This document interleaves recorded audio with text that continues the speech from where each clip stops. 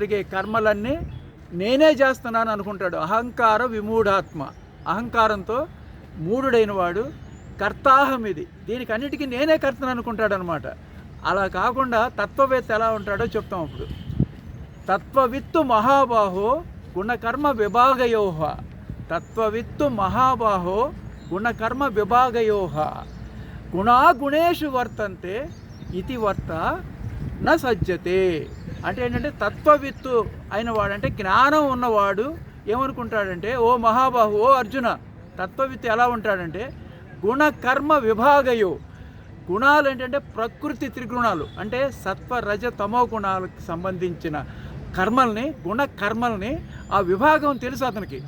ఎట్లా తెలుసు అంటే, ఇప్పుడు మన శరీరం ఎప్పుడు పుట్టింది అది వైజ్ఞానికంగా మనకు అందరూ తెలుసు, దానికి ఒక డేట్ ఉంటుంది.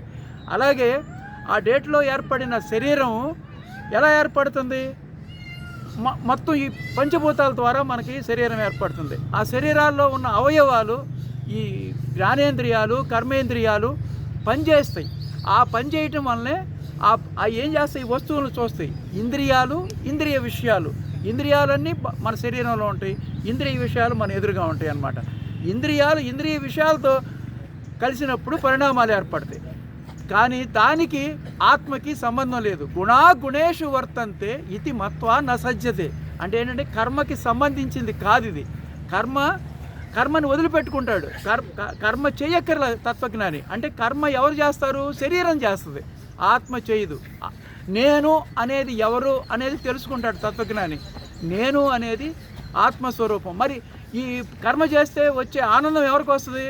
శరీరానికి వస్తుంది. మరి నేను అనేదానికి రాదు కదా ఆనందం, అంటే రాదు. నేను అనేదానికి ఆనందం వచ్చేది శరీరానికి మాత్రమే, ఆత్మకి ఆనందం రాదు. కాబట్టి ఆత్మ శరీరము వేరు అని తెలుసుకున్నవాడు తత్వవిత్తు. అందుకని ఇది ప్రకృతి ద్వారా జరుగుద్ది, ప్రకృతి త్రిగుణాల వల్ల జరిగేది. కాబట్టి అది తెలుసుకున్నవాడు తత్వవిత్తు. అది తెలుసుకొని వాడు ఇవన్నీ నేనే చేస్తున్నాను అనుకుంటాడు అనమాట.